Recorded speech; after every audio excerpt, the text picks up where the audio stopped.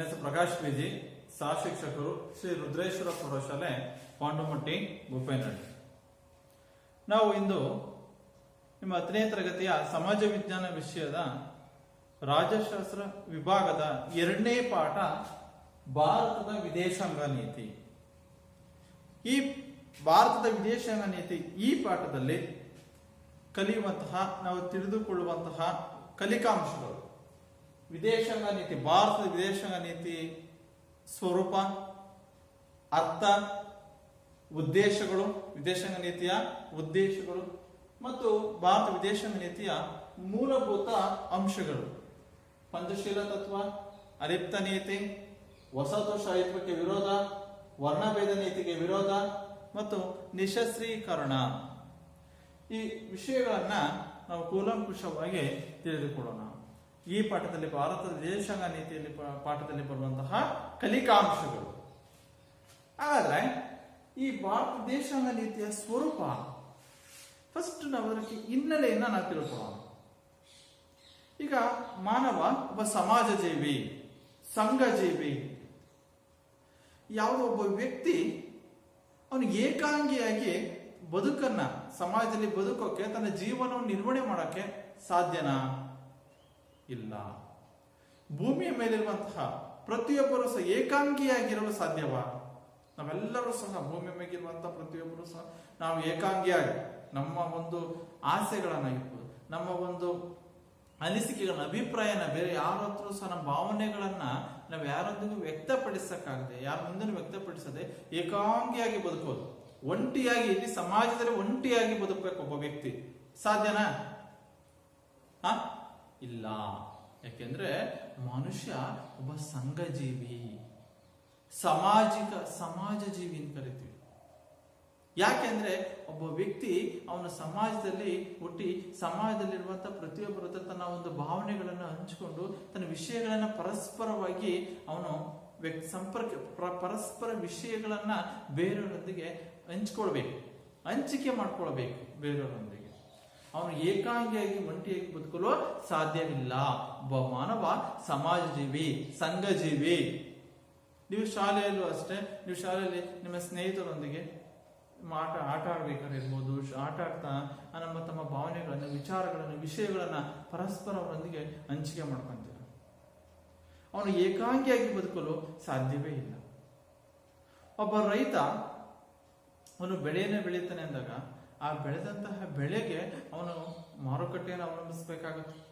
ನಾನು ರೈತನ ಬೆಳೆದಿದ್ದೇನೆ ಬೆಳೆ ಅಂತಂದಾಗ, ಆ ಬೆಳೆದಂತ ಬೆಳೆಗೆ ಸರಿಯಾದ ಬೆಲೆ ಸಿಗ್ಬೇಕು ಅಂತಂದಾಗ, ಸರಿಯಾದ ರೀತಿ ಬೆಲೆ ಸಿಗ್ಬೇಕು ಅಂದ್ರೆ ಅವನು ಬೇರನ್ನು ಅವಲಂಬಿಸಲೇಬೇಕಾಗುತ್ತೆ. ಅಥವಾ ಒಬ್ಬ ಉದ್ಯಮಿಗೆ ಕೆಲಸಗಾರರ ಅವಶ್ಯಕತೆ ಇದೆ. ಅವನು ಉದ್ಯಮಿಯನ್ನ ಪ್ರಾರಂಭಿಸಿದಾನೆ, ಅವನು ಹೆಚ್ಚು ಉತ್ಪಾದನೆ ಮಾಡಬೇಕು, ಆ ಉದ್ಯಮಿ ಲಾಭ ಗಳಿಸಬೇಕು ಅಂತಂದ್ರೆ ಕೆಲಸಗಾರರು ಬೇಕು, ಕೆಲಸಗಾರನ ಅವಲಂಬನೆ ಅವಶ್ಯಕತೆ ಇದೆ ತಾನೆ. ಒಬ್ಬ ವ್ಯಾಪಾರಿಗೆ ಅವನಿಗೆ ಸಹ ಒಂದು ಅವಶ್ಯಕತೆ ಇದೆ. ವ್ಯಾಪಾರಿಗೆ ಯಾರ ಅವಶ್ಯಕತೆ ಇಲ್ಲ, ಒಬ್ಬ ಉದ್ಯಮಿಗೆ ಒಬ್ಬ ಕೆಲಸಗಾರರ ಅವಶ್ಯಕತೆ ಇರುತ್ತೆ. ಯಾಕಿದ್ನೆಲ್ಲ ನಾವು ಹೇಳ್ತಿದ್ದೀವಿ? ಅವಶ್ಯಕತೆ ಮತ್ತು ಅವಲಂಬನೆ. ಇದರ ಅರ್ಥ ಏನು ಅಂತಂದ್ರೆ ವಿದ್ಯಾರ್ಥಿಗಳಿಷ್ಟೇ, ಒಬ್ಬ ವ್ಯಕ್ತಿ ಸಮಾಜದಲ್ಲಿ ಅವನ ಬದುಕನ್ನ ಕಟ್ಕೊಳ್ಬೇಕು ಅಂದಾಗ ಹೇಗೆ ಇತರರನ್ನ ಅವಲಂಬಿಸ್ತಾನೋ, ಇತರರ ಅವಶ್ಯಕತೆ ಆ ವ್ಯಕ್ತಿಗೆ ಇದೆಯೋ, ಅದೇ ರೀತಿ ಒಂದು ರಾಷ್ಟ್ರ ಅಂತಾರಾಷ್ಟ್ರೀಯ ರಂಗದಲ್ಲಿ ತನ್ನ ಕೆಲಸವನ್ನ ಕಾರ್ಯನಿರ್ವಹಿಸಬೇಕಾದ್ರೆ, ಒಂದು ರಾಷ್ಟ್ರ ಮತ್ತೊಂದು ರಾಷ್ಟ್ರವನ್ನು ಅವಲಂಬಿಸಬೇಕಾದ ಅವಶ್ಯಕತೆ ಅಷ್ಟೇ ಇದೆ. ಒಬ್ಬ ಉದ್ಯಮಿಗೆ ಕೆಲಸಗಾರರ ಎಷ್ಟು ಅವಶ್ಯಕತೆ ಇದೆಯೋ, ಒಬ್ಬ ಉದ್ಯಮಿಗೆ ಕೆಲಸಗಾರರ ಅವಶ್ಯಕತೆ ಎಷ್ಟಿದೆಯೋ, ಅದೇ ರೀತಿ ಒಂದು ರಾಷ್ಟ್ರ ಅಂತಾರಾಷ್ಟ್ರೀಯ ಮಟ್ಟದಲ್ಲಿ, ಅಂತಾರಾಷ್ಟ್ರೀಯ ಮಾರುಕಟ್ಟೆಯಲ್ಲಿ ತನ್ನ ಹೆಸರನ್ನು ಗಳಿಸಬೇಕಾದ್ರೆ, ಅಭಿವೃದ್ಧಿಯನ್ನಾಗಬೇಕಾದ್ರೆ ಇನ್ನೊಂದು ರಾಷ್ಟ್ರದ ಅವಶ್ಯಕತೆ, ಇನ್ನೊಂದು ರಾಷ್ಟ್ರದ ಅವಲಂಬನೆಯೂ ಸಹ ಬಹಳ ಮಹತ್ವಪೂರ್ಣವಾದದ್ದು. ಅದರಿಂದ ಒಂದು ದೇಶ, ಯಾವುದೇ ದೇಶದ ಸಂಪರ್ಕ ಇಲ್ಲದೆ, ಒಂದು ರಾಷ್ಟ್ರ ಯಾವ ದೇಶದ ಸಂಪರ್ಕವಿಲ್ಲದೆ ಏಕಾಂಗಿಯಾಗಿರಲು ಸಾಧ್ಯವಿಲ್ಲ. ಏಕಾಂಗಿಯಾಗಿ ನಾನು ಯಾವ ರಾಷ್ಟ್ರದ ನನಗೆ ಸಂಪರ್ಕನೇ ಬೇಡ, ನಾನು ಸಾರ್ವಭೌಮ, ಸ್ವತಂತ್ರ, ಯಾವ ರಾಷ್ಟ್ರಕ್ಕೆ ಅಧೀನವಾಗಿರುತ್ತೆ ಇರುವ ರಾಷ್ಟ್ರ ಸಾರ್ವಭೌಮ ರಾಷ್ಟ್ರ ಅಂತ ಕರಿತೀವಿ. ಯಾವ ರಾಷ್ಟ್ರ ಸಂಪರ್ಕನೂ ಇಲ್ಲದೆ ಏಕಾಂಗಿ ಇರಲ್ಲ, ಆಗ ಸಾಧ್ಯನಾ? ಇಲ್ಲ. ಅದು ಒಂದು ರಾಷ್ಟ್ರ ಮತ್ತೊಂದು ರಾಷ್ಟ್ರ ಅವಲಂಬಿಸಲೇಬೇಕಾಗುತ್ತೆ. ಹಾಗಾದ್ರೆ ಇಡೀ ವಿಶ್ವದ ವಿವಿಧ ರಾಷ್ಟ್ರಗಳು ಆರ್ಥಿಕ ರಂಗದಲ್ಲಿ ಹೇಗೆ ವರ್ತಿಸ್ತವೆ? ವಿಶ್ವದ ವಿವಿಧ ರಾಷ್ಟ್ರಗಳು ಆರ್ಥಿಕವಾದಂತಹ ಅಂತಾರಾಷ್ಟ್ರೀಯ ರಂಗದಲ್ಲಿ ಹೇಗೆ ವರ್ತಿಸ್ತವೆ, ಯಾವ ರೀತಿಯ ಸಂಬಂಧವನ್ನು ಇಟ್ಟುಕೊಳ್ತವೆ ಎಂಬುದನ್ನು ನಾವಿಲ್ಲಿ ತಿಳಿಯಬೇಕಾಗುತ್ತೆ. ಆದ್ರೆ ವಿದೇಶಾಂಗ ನೀತಿ ಅಂದ್ರೆ ಏನು? ವಿದೇಶಾಂಗ ನೀತಿ ಎಂದ್ರೆ ಅರ್ಥ, ವಿದೇಶಾಂಗ ನೀತಿ ಎಂದರೆ ಒಂದು ರಾಷ್ಟ್ರ ಮತ್ತೊಂದು ರಾಷ್ಟ್ರದೊಂದಿಗೆ ವ್ಯವಹರಿಸುವಾಗ ಅನುಸರಿಸುವ ನೀತಿಯನ್ನೇ ವಿದೇಶಾಂಗ ನೀತಿ ಅಂತ ಕರೀತೀವಿ. ಅಂದ್ರೆ ಒಂದು ರಾಷ್ಟ್ರ ಮತ್ತೊಂದು ರಾಷ್ಟ್ರದೊಂದಿಗೆ, ಬೇರೆ ರಾಷ್ಟ್ರದೊಂದಿಗೆ ವ್ಯವಹರಿಸುವಾಗ ಅನುಸರಿಸುವ ನೀತಿಯನ್ನೇ ನಾವು ವಿದೇಶಾಂಗ ನೀತಿ. ಒಂದು ರಾಷ್ಟ್ರ ಮತ್ತೊಂದು ರಾಷ್ಟ್ರದೊಂದಿಗೆ ವ್ಯವಹರಿಸುವಾಗ ಅನುಸರಿಸುವ ನೀತಿಯನ್ನು ನಾವು ವಿದೇಶಾಂಗ ನೀತಿ ಅಂತ ಕರೀತೀವಿ. ಇನ್ನು ಪ್ರತಿಯೊಂದು ರಾಷ್ಟ್ರವೂ ಸಹ ತನ್ನದೇ ಆದ ವಿದೇಶಾಂಗ ನೀತಿಯನ್ನ ಹೊಂದಿವೆ. ಪ್ರತಿಯೊಂದು ರಾಷ್ಟ್ರವೂ ಸಹ ತನ್ನದೇ ಆದ ವಿದೇಶಾಂಗ ನೀತಿಯನ್ನು ರೂಪಿಸಿಕೊಂಡಿದ್ದೇವೆ. ಈ ವಿದೇಶಾಂಗ ನೀತಿ ಅನುಸರಿಸುತ್ತಿರುವುದು ಸಹ ಬಹಳ ಅವಶ್ಯಕವಾಗಿದೆ. ಹಾಗಾದ್ರೆ ವಿಶ್ವದಲ್ಲಿನ ಕೆಲವು ರಾಷ್ಟ್ರಗಳು ಬಲಿಷ್ಠವಾಗಿದ್ರೆ ಕೆಲವು ರಾಷ್ಟ್ರಗಳು ದುರ್ಬಲವಾಗಿವೆ. ಅದರಿಂದ ನಾವು ಈ ಕೆಲವು ರಾಷ್ಟ್ರಗಳು ಬಲಿಷ್ಠವಾಗಿದ್ದು ವಿಶ್ವದಲ್ಲಿನ ಅನೇಕ ರಾಷ್ಟ್ರಗಳಲ್ಲಿ ಕೆಲವು ರಾಷ್ಟ್ರಗಳು ಬಲಿಷ್ಠವಾಗಿವೆ, ಕೆಲವು ರಾಷ್ಟ್ರಗಳು ದುರ್ಬಲರಾಗಿವೆ ಅಥವಾ ಹಿಂದುಳಿದವೆ ಎಂದವಾಗ ಆಗ ನಮಗೆ ವಿದೇಶಾಂಗ ನೀತಿ ಅವಶ್ಯಕತೆ ಇದೆ ಅನ್ಸುತ್ತೆ. ಯಾಕಂದ್ರೆ ಪ್ರತಿಯೊಬ್ಬ ವ್ಯಕ್ತಿಗೂ ಸಹ ಅವನಲ್ಲಿ 5 ಬೆರಳು ಸಹ ಸಮ ಇರಲ್ಲ. ಯಾಕಂದ್ರೆ ಒಂದಲ್ಲ ಒಂದು ರೀತಿಯಿಂದ ಒಬ್ಬ ವ್ಯಕ್ತಿ ಇನ್ನೊಬ್ಬ ವ್ಯಕ್ತಿಯನ್ನು ಅವಲಂಬಿಸಲೇಬೇಕಾಗುತ್ತದೆ, ಇನ್ನೊಬ್ಬ ವ್ಯಕ್ತಿಯಿಂದ ಸಹಾಯವನ್ನ ಪಡೆಯಲೇಬೇಕಾಗುತ್ತದೆ, ಇನ್ನೊಬ್ಬ ವ್ಯಕ್ತಿಯ ಸಂಪರ್ಕ ಅಗತ್ಯ. ಅದೇ ರೀತಿ ಒಂದು ರಾಷ್ಟ್ರ ಮತ್ತೊಂದು ರಾಷ್ಟ್ರವನ್ನು ಸಂಪರ್ಕ ಇಲ್ಲದೆ ಇರಲು ಸಾಧ್ಯವಿಲ್ಲ. ಒಂದಲ್ಲ ಒಂದು ರೀತಿಯಿಂದ ಒಂದಲ್ಲ ಒಂದು ಉದ್ದೇಶಕ್ಕೋಸ್ಕರವಾಗಿ ಒಂದು ರಾಷ್ಟ್ರ ಇನ್ನೊಂದು ರಾಷ್ಟ್ರದ ಅವಲಂಬನೆ ಮಾಡಬೇಕಾಗುತ್ತದೆ. ಅದಕ್ಕೆ ಹಂಗ ಅವಲಂಬಿಸಬೇಕಾಗಿದ್ರೆ ನಮ್ಗೆ ವಿದೇಶಾಂಗ ನೀತಿ ಅವಶ್ಯಕತೆ ತುಂಬಾ ಇದೆ. ಹಾಗಾದ್ರೆ ಈ ವಿದೇಶಾಂಗ ನೀತಿ ಅಂದ್ರೆ ನಾವು ಒಂದು ರಾಷ್ಟ್ರ ಇನ್ನೊಂದು ರಾಷ್ಟ್ರದೊಂದಿಗೆ ವ್ಯವಹರಿಸುವಾಗ ಅನುಸರಿಸುವ ನೀತಿಯನ್ನೇ ನಾವು ವಿದೇಶಾಂಗ ನೀತಿ ಅಂತ ಕರೀತೀವಿ. ಹಾಗಾದ್ರೆ ಈ ವಿದೇಶಾಂಗ ನೀತಿಯ ಪ್ರಮುಖವಾದಂತಹ ನಾವು ಅರ್ಥ ತಿಳ್ಕೊಂಡು, ಭಾರತ ವಿದೇಶಾಂಗ ನೀತಿ ಅಂದ್ರೆ ಏನು ಅಂತಂದ್ರೆ ಒಂದು ರಾಷ್ಟ್ರ ಇನ್ನೊಂದು ರಾಷ್ಟ್ರದೊಂದಿಗೆ ವ್ಯವಹರಿಸುವಾಗ ಅನುಸರಿಸುವ ನೀತಿಯನ್ನು ವಿದೇಶಾಂಗ ನೀತಿ. ಈ ಸಾರ್ವಭೌಮ ರಾಷ್ಟ್ರ ಅಂದ್ರೆ ಏನು? ಯಾವ ರಾಷ್ಟ್ರನ ಸಾರ್ವಭೌಮ ರಾಷ್ಟ್ರ ಅಂತ ಕರಿತೀವಿ ಅಂತಂದ್ರೆ ಯಾವ ರಾಷ್ಟ್ರ ಇತರೆ ರಾಷ್ಟ್ರದ ವಿಶ್ವದ ಇತರೆ ರಾಷ್ಟ್ರಕ್ಕೆ ಅಧೀನವಾಗಿರದೆ ಸ್ವತಂತ್ರವಾಗಿರುವಂತಹ ರಾಷ್ಟ್ರವನ್ನ ನಾವು ಸಾರ್ವಭೌಮ ರಾಷ್ಟ್ರ ಅಂತ ಕರಿತೀವಿ. ಅಂದ್ರೆ ಯಾವ ರಾಷ್ಟ್ರ ಇತರೆ ರಾಷ್ಟ್ರಕ್ಕೆ ಅಧೀನವಾಗಿರದೆ ಸ್ವತಂತ್ರವಾಗಿರುವಂತಹ ರಾಷ್ಟ್ರವನ್ನು ನಾವು ಏನ್ ಕರಿತೀವಿ? ನಾವು ಸಾರ್ವಭೌಮ ರಾಷ್ಟ್ರ ಸಾರ್ವಭೌಮ ರಾಷ್ಟ್ರ ಅಂತ ಕರಿತೀವಿ. ನಮ್ಮ ರಾಷ್ಟ್ರವು ಸಹ ಸಾರ್ವಭೌಮ ರಾಷ್ಟ್ರ. ಯಾಕೆಂದ್ರೆ 1947 ನಂತರ, ಆಗಸ್ಟ್ 15 ನಂತರ ನಮ್ಮ ರಾಷ್ಟ್ರ ಸ್ವಾತಂತ್ರ್ಯವನ್ನು ಪಡೆದುಕೊಳ್ಳುತ್ತೆ. ಬ್ರಿಟಿಷರಿಂದ ಮುಕ್ತಿಯನ್ನು ಪಡೆದುಕೊಂಡು ಯಾವ ರಾಷ್ಟ್ರಕ್ಕೂ ಅಧೀನವಾಗಿರದೆ ಸ್ವತಂತ್ರವಾಗಿರುವ ರಾಷ್ಟ್ರ ನಮ್ಮ ಭಾರತ. ಆದ್ದರಿಂದ ನಮ್ಮ ಭಾರತವನ್ನ ಸಾರ್ವಭೌಮ ರಾಷ್ಟ್ರ ಅಂತ ಕರಿತೀವಿ. ಈ ಸಾರ್ವಭೌಮ ರಾಷ್ಟ್ರವನ್ನ ನಂತರವಾಗಿ ಈ ವಿದೇಶಾಂಗ ನೀತಿಯ ಅರ್ಥ ಆಯಿತು. ವಿದೇಶಾಂಗ ನೀತಿಯ ಉದ್ದೇಶಗಳು ಏನೇನು? ವಿದೇಶಾಂಗ ನೀತಿಯ ಉದ್ದೇಶಗಳು ಮೊದಲನೇದು ರಾಷ್ಟ್ರದ ಭದ್ರತೆ. ನಾವು ಯಾಕೆ ವಿದೇಶಾಂಗ ನೀತಿಯನ್ನ ನಾವು ಹೊಂದಬೇಕು ಅಂತಂದಾಗ ವಿಶ್ವದ ಪ್ರತಿಯೊಂದು ರಾಷ್ಟ್ರವೂ ಸಹ ತನ್ನದೇ ಆದ ವಿದೇಶಾಂಗ ನೀತಿಯನ್ನ ಹೊಂದಿವೆ ಅಂತ ಹೇಳ್ತೀವಿ. ರಾಷ್ಟ್ರ ಕೆಲವೊಂದು ಶತ್ರುಗಳ ಆಕ್ರಮಣದಿಂದ ನಾವು ರಕ್ಷಿಸಿಕೊಂಡು ರಾಷ್ಟ್ರ ಭದ್ರತೆ ಅಥವಾ ರಕ್ಷಣೆಗೆ ಹೊಂದಬೇಕು ಅಂತಂದ್ರೆ ನಮ್ಮ ವಿದೇಶಾಂಗ ನೀತಿಯನ್ನು ನಾವು ರೂಪಿಸಿಕೊಳ್ಳೋದು ಬಹಳ ಅವಶ್ಯಕವಾಗುತ್ತೆ. ರಾಷ್ಟ್ರದ ಭದ್ರತೆಗಾಗಿ, ರಾಷ್ಟ್ರದ ರಕ್ಷಣೆಗೆ ವಿದೇಶಾಂಗ ನೀತಿ ಪ್ರಮುಖವಾದಂತಹ ಉದ್ದೇಶ ರಾಷ್ಟ್ರ ರಕ್ಷಿಸುವುದು. ರಾಷ್ಟ್ರದ ಭದ್ರತೆ ಇದರ ಮೂಲ ಉದ್ದೇಶವಾಗಿರುತ್ತೆ. ಆರ್ಥಿಕ ಸಂವರ್ಧನೆ, ಯಾಕೆಂತಂದ್ರೆ ಯಾವ ರಾಷ್ಟ್ರವೂ ಸಹ ಸ್ವಾವಲಂಬಿಯಾಗಿ ಬೇರೊಂದು ರಾಷ್ಟ್ರದ ಅವಲಂಬನೆ ಇಲ್ಲದೆ ಅಭಿವೃದ್ಧಿ ಆಗಕ್ಕೆ ಸಾಧ್ಯವೇ ಇಲ್ಲ. ಒಂದು ರಾಷ್ಟ್ರ ಬೇರೆ ಇನ್ನೊಂದು ರಾಷ್ಟ್ರನ ಅವಲಂಬಿಸಬೇಕಾಗುತ್ತದೆ. ಆರ್ಥಿಕವಾಗಿ ಒಂದು ರಾಷ್ಟ್ರ ಬಲಾಢ್ಯ ರಾಷ್ಟ್ರ ಆಗ್ಬೇಕಾದ್ರೆ, ಸುದೃಢ ರಾಷ್ಟ್ರ ಆಗ್ಬೇಕಾದ್ರೆ, ಅಭಿವೃದ್ಧಿ ರಾಷ್ಟ್ರ ಆಗ್ಬೇಕಾದ್ರೆ ಆರ್ಥಿಕ ವಿಷಯಕ್ಕೆ ಸಂಬಂಧಪಟ್ಟಂತೆ ತನ್ನಲ್ಲಿ ಇಲ್ಲದಂತಹ ವಸ್ತುಗಳನ್ನ ಬೇರೆಂದು ರಾಷ್ಟ್ರಗಳಿಂದ ನಾವು ಆಮದು ಮಾಡಿಕೊಂಡು ಬೇರೆಂದು ರಾಷ್ಟ್ರಗಳಿಂದ ತರಿಸ್ಕೊಂಡು ಇಲ್ಲಿನ ವಸ್ತು ಉತ್ಪಾದನೆಯನ್ನ ಮಾಡಬೇಕಾದ್ರೆ, ಉತ್ಪಾದನೆಯ ಮೂಲಕವಾಗಿ ನಾವು ಅಭಿವೃದ್ಧಿನ ಸಾಧಿಸಬೇಕಾದ್ರೆ, ಆರ್ಥಿಕ ಪ್ರಗತಿಯನ್ನ ಸಾಧಿಸಬೇಕಾದ್ರೆ ನಮಗೆ ವಿದೇಶಾಂಗ ನೀತಿಯನ್ನು ಹೊಂದುವುದು ಬಹಳ ಅವಶ್ಯಕವಾದದ್ದು. ಆರ್ಥಿಕ ಸಂವರ್ಧನೆಗಾಗಿ ವಿದೇಶಾಂಗ ನೀತಿಯನ್ನು ರೂಪಿಸಿಕೊಳ್ಳುವುದು ಪ್ರಮುಖವಾದಂತಹ ಉದ್ದೇಶ. ನಮ್ಮ ವಿದೇಶಾಂಗ ನೀತಿಯ ಉದ್ದೇಶಗಳಲ್ಲಿ ಎರಡನೇದು ಆರ್ಥಿಕವಾದಂತಹ ಸಂವರ್ಧನೆ, ದೇಶದ ಆರ್ಥಿಕ ಸಂವರ್ಧನೆ, ಆರ್ಥಿಕವಾಗಿ ಹೆಚ್ಚು ಹೆಚ್ಚು ಪ್ರಗತಿಯನ್ನು ಅಭಿವೃದ್ಧಿಯನ್ನು ಸಾಧಿಸುವುದು. ನೆಕ್ಸ್ಟ್, ನಮ್ಮ ದೇಶದ ಸಾಂಸ್ಕೃತಿಕ ಮೌಲ್ಯಗಳನ್ನ ಬೇರೆ ದೇಶದಲ್ಲಿ ನಮ್ಮಲ್ಲಿರುವಂತಹ ಸಾಂಸ್ಕೃತಿಕವಂತ ಮೌಲ್ಯಗಳನ್ನ, ಉತ್ತಮವಾದಂತಹ ನಾವು ಮೌಲ್ಯಗಳನ್ನ ಬೇರೆ ದೇಶಕ್ಕೂ ನಮ್ಮಲ್ಲಿದ್ರೆ ಮಾತ್ರ ಸಾಧ್ಯ ಇಲ್ಲ. ನಮ್ಮ ರಾಷ್ಟ್ರದ ಬಗ್ಗೆ ಇತರೆ ರಾಷ್ಟ್ರದವರಿಗೂ ಸಹ ನಾವು ನಮ್ಮ ರಾಷ್ಟ್ರದಲ್ಲಿರುವ ಉತ್ತಮ ಮೌಲ್ಯಗಳನ್ನ ನಾವು ಬಿತ್ತರಿಸಬೇಕು ಅಂತಂದಾಗ ವಿದೇಶಾಂಗ ನೀತಿಯನ್ನು ಹೊಂದಿದ್ರೆ ಮಾತ್ರ ಸಾಧ್ಯ. ಈ ವಿದೇಶಾಂಗ ನೀತಿಯ ಉದ್ದೇಶ ಅಂದ್ರೆ ಏನಪ್ಪಾ ಅಂದ್ರೆ ನಮ್ಮ ದೇಶದ ಸಾಂಸ್ಕೃತಿಕ ಮೌಲ್ಯಗಳನ್ನ ಬೇರೆ ದೇಶದಲ್ಲಿ ಬಿತ್ತರಿಸುವುದು, ವಿಸ್ತರಿಸುವುದು. ನಮ್ಮ ದೇಶದ ಸಾಂಸ್ಕೃತಿಕ ಮೌಲ್ಯಗಳನ್ನ ಬೇರೆ ದೇಶದಲ್ಲಿ ವಿಸ್ತರಿಸುವುದು ಸಹ ಈ ನಮ್ಮ ವಿದೇಶಾಂಗ ನೀತಿಯ ಪ್ರಮುಖವಾದಿಗಳೇ. ಭಾರತದ ವಿದೇಶಾಂಗ ನೀತಿಯ ಉದ್ದೇಶಗಳು. ಮೊದಲನೇ ಉದ್ದೇಶ ರಾಷ್ಟ್ರದ ಭದ್ರತೆ.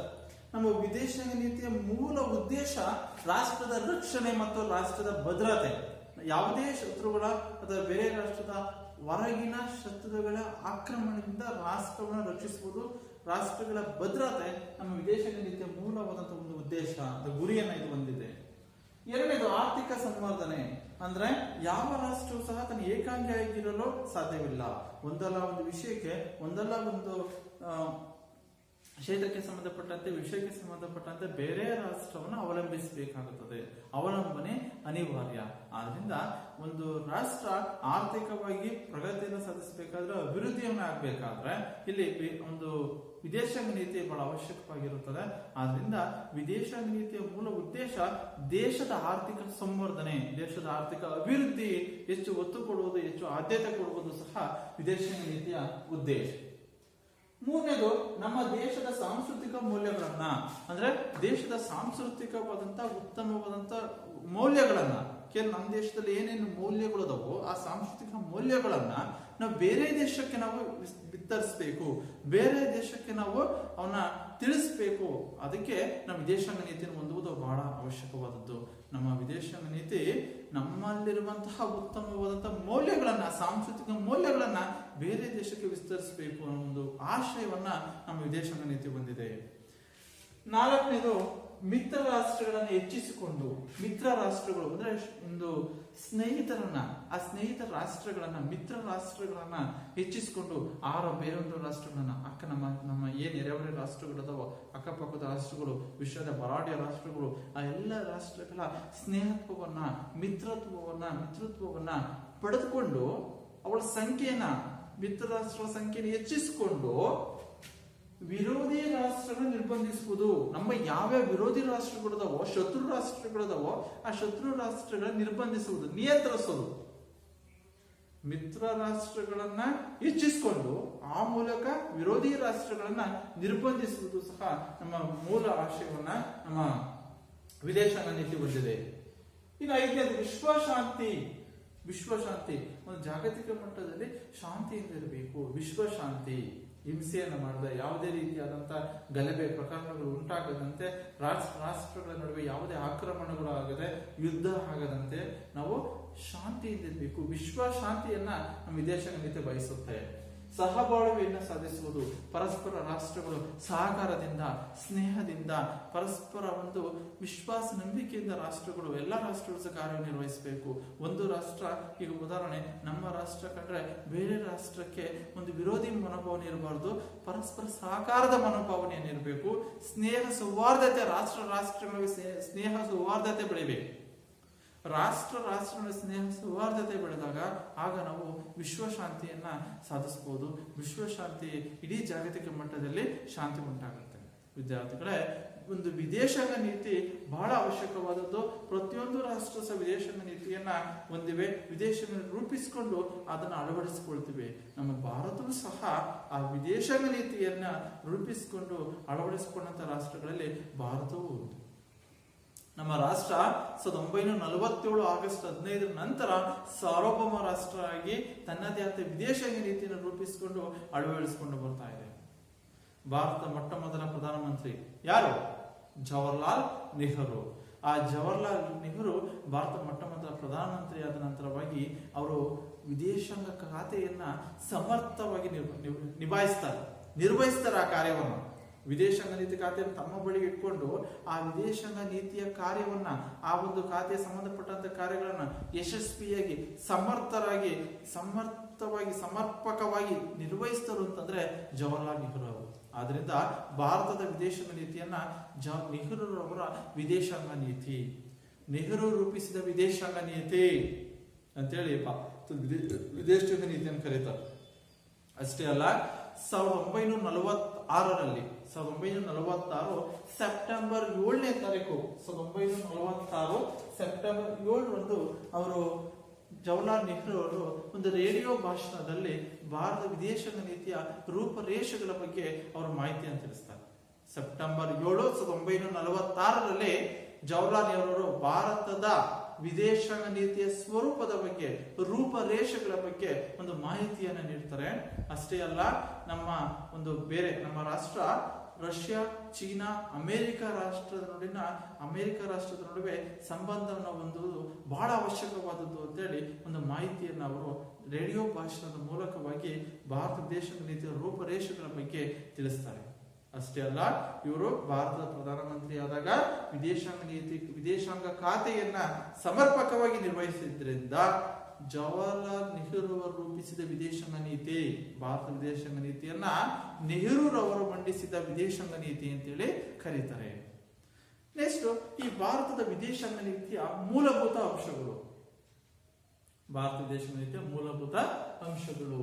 ಈಗ ನಾವು ಫಸ್ಟ್ ತಿಳ್ಕೊಂಡಿದ್ದು ವಿದೇಶಾಂಗ ನೀತಿಯ ಸ್ವರೂಪ, ಅಂದ್ರೆ ವಿದೇಶಾಂಗ ನೀತಿಯ ಪ್ರಮುಖವಾದಂತಹ ಸ್ವರೂಪ ಹಿನ್ನೆಲೆ ಏನು ಅಂದ್ರೆ, ಒಬ್ಬ ಸಮಾಜದಲ್ಲಿ ಒಬ್ಬ ವ್ಯಕ್ತಿ ಒಂಟಿಯಾಗಿ ಬದುಕೋಕೆ ಸಾಧ್ಯವಿಲ್ಲ, ಏಕಾಂಗಿಯಾಗಿರಲು ಸಾಧ್ಯವಿಲ್ಲ. ಅದೇ ರೀತಿ ಒಬ್ಬ ವ್ಯಕ್ತಿ ಹೇಗೆ ಸಂಘಜೀವಿ, ಸಮಾಜ ಜೀವಿಯಾಗಿ ಅವನು ಬದುಕನ್ನು ರೂಪಿಸಿಕೊಳ್ತಾನೋ, ಅದೇ ರೀತಿ ಒಂದು ರಾಷ್ಟ್ರ ವಿಶ್ವದಲ್ಲಿ ಏಕಾಂಗಿಯಾಗಿರಲು ಸಾಧ್ಯವಿಲ್ಲ. ವಿಶ್ವದ ಇತರ ರಾಷ್ಟ್ರಗಳೊಂದಿಗೆ ವ್ಯವಹರಿಸುವುದು ಬಹಳ ಅವಶ್ಯಕವಾಗಿರುತ್ತದೆ. ಆದ್ದರಿಂದ ಒಂದು ರಾಷ್ಟ್ರ ಇನ್ನೊಂದು ರಾಷ್ಟ್ರದ ಅವಲಂಬನೆ, ಇನ್ನೊಂದು ರಾಷ್ಟ್ರವನ್ನು ಅವಲಂಬಿಸುವುದು ಬಹಳ ಅವಶ್ಯಕವಾದದ್ದು ಮತ್ತು ಅನಿವಾರ್ಯವೂ ಸಹ ಹೌದು. ಹಾಗಾದ್ರೆ ವಿದೇಶಾಂಗ ನೀತಿ ಅಂದ್ರೇನು? ವಿದೇಶಾಂಗ ನೀತಿ ಅಂದ್ರೆ ಒಂದು ರಾಷ್ಟ್ರ ಇನ್ನೊಂದು ರಾಷ್ಟ್ರದೊಂದಿಗೆ ವ್ಯವಹರಿಸುವಾಗ ಅನುಸರಿಸುವ ನೀತಿಯನ್ನೇ ವಿದೇಶಾಂಗ ನೀತಿ ಅಂತ ಕರೆಯುತ್ತಾರೆ. ನಮ್ಮ ಕೆಲವು ಇತಿಹಾಸಕಾರರು ಹೇಳ್ತಾರೆ, ಏನ್ ಹೇಳ್ತಾರಪ್ಪ ಅಂದ್ರೆ, ಯಾವ ರಾಷ್ಟ್ರ ಸಾರ್ವಭೌಮಾಧಿಕಾರವುಳ್ಳಂತಹ ಸ್ವತಂತ್ರವಾಗಿರಲು ಸಾಧ್ಯವೇ ಇಲ್ಲ, ಆದ್ರಿಂದ ಇನ್ನೊಂದು ರಾಷ್ಟ್ರವನ್ನ ಅವಲಂಬಿಸಬೇಕಾಗುತ್ತದೆ. ಆ ಅವಲಂಬಿಸಿಕೊಂಡಾಗ ಅನುಸರಿಸುವಂತ ನೀತಿಯೇ ವಿದೇಶಾಂಗ ನೀತಿ ಅಂತ ಕರೀತಾರೆ. ಆದ್ರೆ ಈ ವಿದೇಶಾಂಗ ನೀತಿಯ ಉದ್ದೇಶಗಳು ಏನು? ಭಾರತದ ವಿದೇಶಾಂಗ ನೀತಿಯ ಉದ್ದೇಶಗಳು ಅಂದಾಗ ರಾಷ್ಟ್ರದ ಭದ್ರತೆ, ಆರ್ಥಿಕ ಸಂವರ್ಧನೆ, ನಮ್ಮ ದೇಶದ ಸಾಂಸ್ಕೃತಿಕ ಮೌಲ್ಯಗಳನ್ನ ಬೇರೆ ದೇಶದಲ್ಲಿ ವಿಸ್ತರಿಸುವುದು, ಮಿತ್ರ ರಾಷ್ಟ್ರಗಳನ್ನ ಸ್ನೇಹತ್ವವನ್ನ ಬೇರೆ ರಾಷ್ಟ್ರಗಳೊಂದಿಗೆ ಬೆಳೆಸಿಕೊಂಡು ಮಿತ್ರ ರಾಷ್ಟ್ರಗಳನ್ನ ಹೆಚ್ಚಿಸಿಕೊಂಡು ವಿರೋಧಿ ರಾಷ್ಟ್ರಗಳನ್ನ ನಿರ್ಬಂಧಿಸುವುದು, ವಿಶ್ವ ಶಾಂತಿ ಮತ್ತು ಸಹಬಾಳ್ವೆನ ಪರಸ್ಪರ ಸಹಕಾರದಿಂದ, ಪರಸ್ಪರ ವಿಶ್ವಾಸದಿಂದ, ಪರಸ್ಪರ ನಂಬಿಕೆಯಿಂದ, ಸ್ನೇಹ ಸೌಹಾರ್ದತೆಯಿಂದ ನಾವು ಬೇರೆ ರಾಷ್ಟ್ರದೊಂದಿಗೆ ನಾವು ಪರಸ್ಪರ ಸಹಕಾರದೊಂದಿಗೆ ನಾವು ನಿಭಾಯಿಸಿದ್ದೆ ಆದ್ರೆ ಆಗ ಇಡೀ ಒಂದು ಜಾಗತಿಕ ಮಟ್ಟದಲ್ಲಿ ವಿಶ್ವ ಶಾಂತಿಯನ್ನು ನಾವು ತರಬಹುದು. ನಂತರ ಈ ಒಂದು ವಿದೇಶಾಂಗ ನೀತಿಯನ್ನ ಜವಾಹರ್ಲಾಲ್ ನೆಹರು ಅವರು ಮಂಡಿಸಿದ ವಿದೇಶಾಂಗ ನೀತಿ, ರೂಪಿಸಿದ ವಿದೇಶಾಂಗ ನೀತಿ ಅಂತ ಕರಿತೀವಿ. ಯಾಕೆ ಅಂತಂದ್ರೆ ಭಾರತ ಪ್ರಧಾನಮಂತ್ರಿ ಆದಂತಹ ಸಂದರ್ಭದಲ್ಲಿ ನೆಹರೂರವರು ಈ ವಿದೇಶಾಂಗ ಖಾತೆಯನ್ನ ಸಮರ್ಪಕವಾಗಿ ನಿರ್ವಹಿಸ್ತಾರೆ. ಆದ್ರಿಂದ ಈ ಭಾರತ ವಿದೇಶಾಂಗ ನೀತಿಯನ್ನ ನೆಹರೂರವರು ರೂಪಿಸಿದಂತಹ ವಿದೇಶಾಂಗ ನೀತಿ ಅಂತ ಕರಿತೀವಿ. ಈಗ ವಿದೇಶಾಂಗ ನೀತಿ ಸ್ವರೂಪ ಆಯಿತು, ಅರ್ಥ, ಉದ್ದೇಶಗಳು ಆಯ್ತು. ಈಗ ನಾವು ಭಾರತ ವಿದೇಶಾಂಗ ನೀತಿಯ ಮೂಲಭೂತ ಅಂಶಗಳು. ಭಾರತ ವಿದೇಶಾಂಗ ನೀತಿಯ ಮೂಲಭೂತ ಅಂಶಗಳು ಯಾವ್ಯಾವ ಮೂಲಭೂತ ಅಂಶಗಳು? ಒಂದು, ಪಂಚಶೀಲ ತತ್ವ. ಎರಡನೇದು, ಅಲಿಪ್ತ ನೀತಿ. ಮೂರು, ವಸಾಹತುಶಾಹಿತ್ವಕ್ಕೆ ವಿರೋಧ. ನಾಲ್ಕು, ವರ್ಣಭೇದ ನೀತಿಗೆ ವಿರೋಧ. ಐದು, ನಿಶಸ್ತ್ರೀಕರಣ. ಈ ವಿದೇಶಾಂಗ ನೀತಿಯ ಮೂಲಭೂತ ಅಂಶಗಳ ಬಗ್ಗೆ ತಿಳ್ಕೊಂಡು ಈಗ ಭಾರತದ ವಿದೇಶಾಂಗ ನೀತಿಯ ಮೂಲಭೂತ ಅಂಶಗಳನ್ನ ತಿಳ್ಕೊಳ್ಳೋಣ ಅಂತ ಹೇಳಿದ್ದು. ಆ ಭಾರತ ವಿದೇಶಾಂಗ ನೀತಿಯ ಮೂಲಭೂತ ಅಂಶಗಳಿಗಿಂತ ಮೊದಲು ಈ ನಮ್ಮ ಭಾರತ ವಿದೇಶಾಂಗ ನೀತಿಯ ಮೇಲೆ ಪ್ರಭಾವ ಬೀರಿದ ಅಂಶಗಳು. ಈ ನಮ್ಮ ಭಾರತದ ವಿದೇಶಾಂಗ ನೀತಿಯನ್ನ ನಾವು 1947 ಸ್ವತಂತ್ರ ನಂತರವಾಗಿ ತನ್ನದೇ ಆದ ವಿದೇಶಾಂಗ ನೀತಿಯನ್ನು ರೂಪಿಸಿಕೊಂಡು ಅಂತ ಹೇಳ್ತೀವಿ. ಹಾಗಾದ್ರೆ ಈ ವಿದೇಶಾಂಗ ನೀತಿಯ ಮೇಲೆ ಆ ವಿದೇಶಾಂಗ ನೀತಿ ನಿರೂಪಣೆಯಲ್ಲಿ ಅಡಕವಾಗಿರುವ ಸಂಗತಿಗಳು ಯಾವ್ಯಾವು, ಅಥವಾ ವಿದೇಶಾಂಗ ನೀತಿಯ ಮೇಲೆ ಪ್ರಭಾವ ಬೀರಿದ ಅಂಶಗಳು. ಈ ವಿದೇಶಾಂಗ ನೀತಿಯ ಮೇಲೆ ಪ್ರಭಾವ ಬೀರಿದ ಅಂಶಗಳು ಅಂದಾಗ ಒಂದು ರಾಷ್ಟ್ರೀಯ ಹಿತಾಸಕ್ತಿ, ಭೌಗೋಳಿಕವಾದಂತಹ ಒಂದು ಅಂಶಗಳು, ನಮ್ಮ ರಾಷ್ಟ್ರದ ಒಂದು ಭೌಗೋಳಿಕವಾದಂತಹ ವಿಷಯಗಳು, ಭೌಗೋಳಿಕ ಅಂಶಗಳು ನಮ್ಮ ರಾಷ್ಟ್ರ ವಿದೇಶಾಂಗ ನೀತಿಯ ಮೇಲೆ ಪ್ರಭಾವ ಬೀರುವಂತಹ ಅಂಶಗಳು. ರಾಜಕೀಯ ಪರಿಸ್ಥಿತಿ, ನಮ್ಮ ದೇಶದಲ್ಲಿರುವಂತಹ ಒಂದು ರಾಜಕೀಯ ಪರಿಸ್ಥಿತಿ ಏನಿದೆಯೋ, ರಾಜಕೀಯ ವಾತಾವರಣ, ಇದು ಸಹ ವಿದೇಶಾಂಗ ನೀತಿಯ ಮೇಲೆ ಪ್ರಭಾವ ಬೀರಿದಂತಹ ಒಂದು ಅಂಶ.